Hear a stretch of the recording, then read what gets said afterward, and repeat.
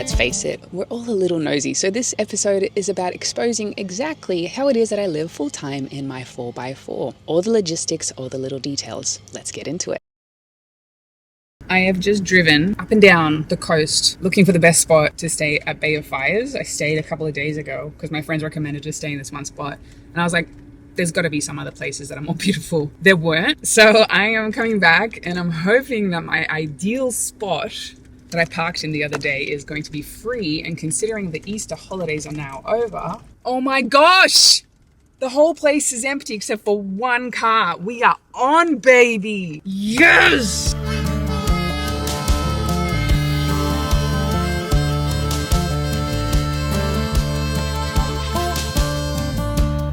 Just one camper van and the whole place is empty. Just the way I like it. Okay, so the art of parking.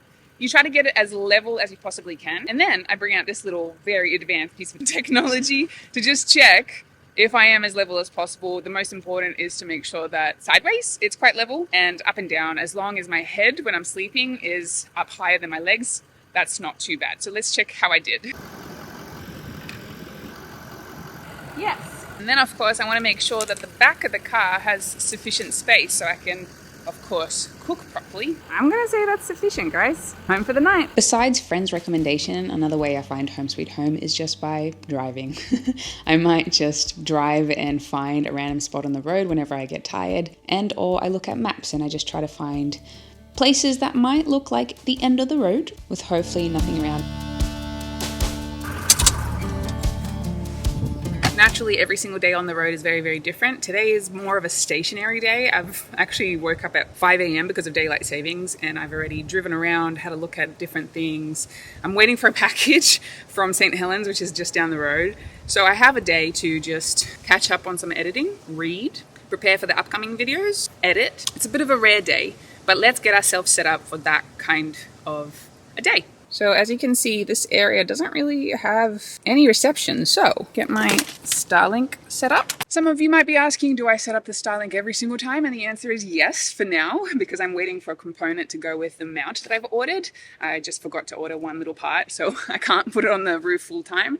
So in the meantime, yes, I have been setting up the Starlink every single time manually whenever I need it. So now that we have reception, usually not the first thing I do, but for some reason today I did that. Now it's time to set up the house in its entirety. So first of all, let's pop the roof so I have a lounge room ready for inside for me to do some work.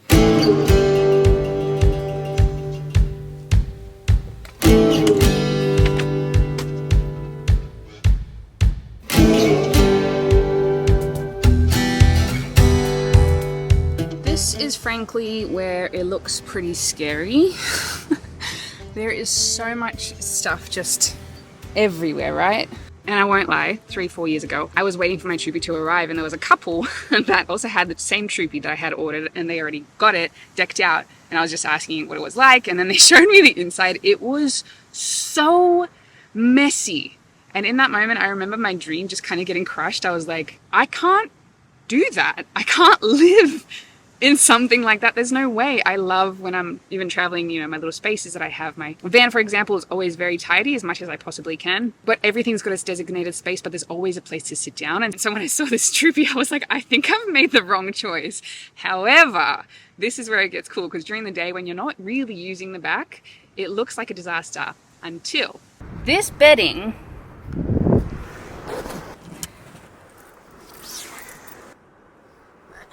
comes up here. Pillow 1, pillow 2, upstairs, the entire bed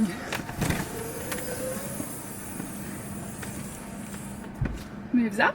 Guitar goes on the front seat. This usually just maybe has a hat, if the hat's on the trip, but being the snack corner, I put on my little slippers. This giant thing is usually not there, but it is that mystery package that I am doing a job for. So it's taking up a bunch of space, but that's okay. It's only temporary. Time for a little sweep.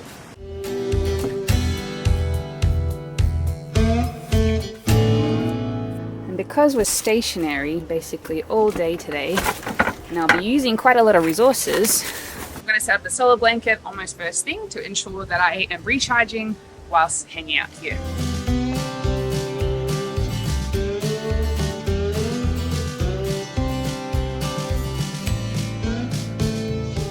Unfortunately though, it kind of seems we're a little out of luck. I think it's going to start raining and it's already sprinkling, to be honest. Two more things actually. The table, if I want to sit outside and enjoy myself. Chairs are in there. And of course, after I've been for a swim, shower, if I desire a hot shower, I can also choose to do that. And it's the easiest setup. Plug it in. Bob your uncle. Done.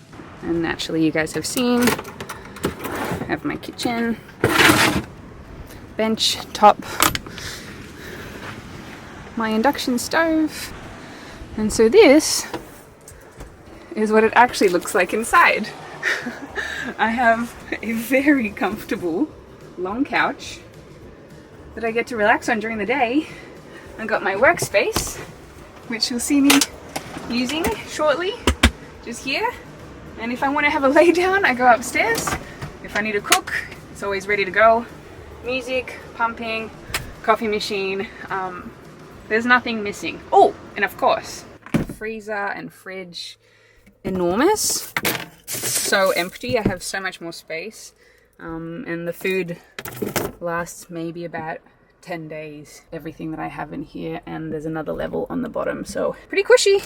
All my favorite organic things. Brilliant. Charging beautifully, lots of sun. Be able to stay here for indefinitely, really. Oh yes, I forgot to say, this bedding is extremely thick because I've traveled to a few cold places lately, but usually the bedding is so small that I'll actually be able to leave it in the very top when I close up the rooftop, which is great because it means just one step less to setting up the house. But in total, I would say this probably takes about 5 minutes when the camera's not rolling.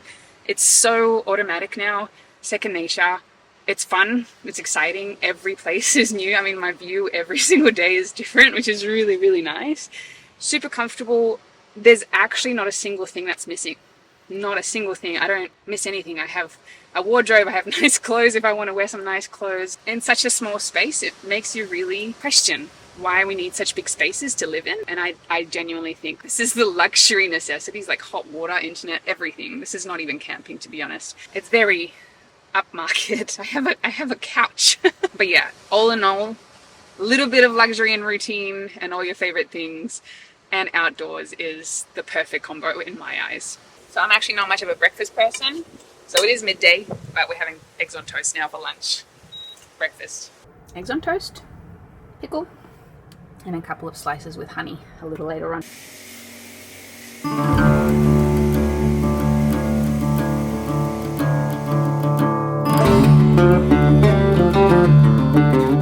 I just gave NEILA a rinse at the car wash in St. Helens. Not the best job, but the reason I do it is mostly just to get rid of as much salt as possible. I'm a little bit paranoid of the rust, so I'm trying to stay on top of the washing and just rinsing as much as I can. But also, fun fact, this car wash / laundromat also has a laundry, which apparently is quite common in Tasmania. So shower time.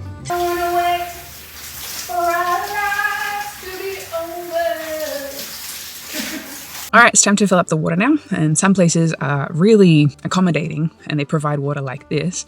Otherwise, sometimes you just got to find random taps on the side of the road that are on government land and help yourself to just a little bit of water. All right, so I got my shower hose, which also doubles up as the refillable drinking water hose. Clear, so suitable for drinking water, before filtration, of course.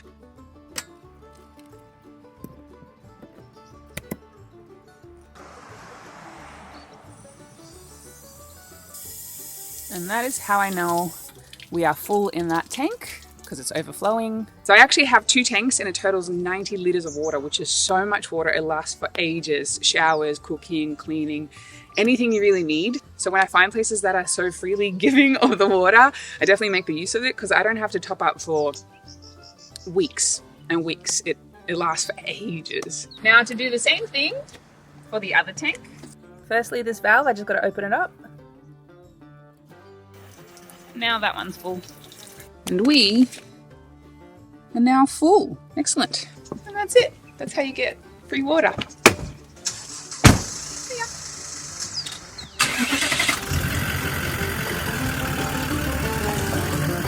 Okay, so next up we have rubbish removal. One of my favorite things to do. It's pretty silly, so let's just do it and I'll explain why I find it so awesome. Clearly, as you can see, that was a fail because the rubbish opening was too small for my needs, so let's find a different one. Okay, I did say it's one of my favorite things. I feel like that's a really awkward thing to say. I just find it really satisfying. Maybe it's like the OCD in me, just like gone, problem gone. And I don't have that much rubbish, which is great. I don't know. Maybe it's just like, haha, government, thank you for cleaning up after me. Finally, you're useful for something. Okay, time to do the washing. Every town, basically every town, has a laundromat. So no matter where you are, you can just wash your clothes. And in the meantime, go have breakfast, wash the car, have a shower, do whatever you need to do. Very convenient, very easy, costs hardly anything. You're living on the road basically full time and you would like to receive some packages. You need to order some stuff for the car, you need to order some stuff for yourself. How on earth do you get parcels delivered? Randomly to some friends or strangers that you haven't met, just asking for PO boxes? No, actually. Australia, and I don't know if this is the same for anywhere else, Australia has the coolest postal system. You can just go online on an app and within seconds just create a parcel locker for a location that you have. So you just choose the route that you'll be traveling down and you choose the post office in that area. You open up the parcel locker and voila, you have an address. Then you can go pick it up. Let's go get the packages. Parcel 1.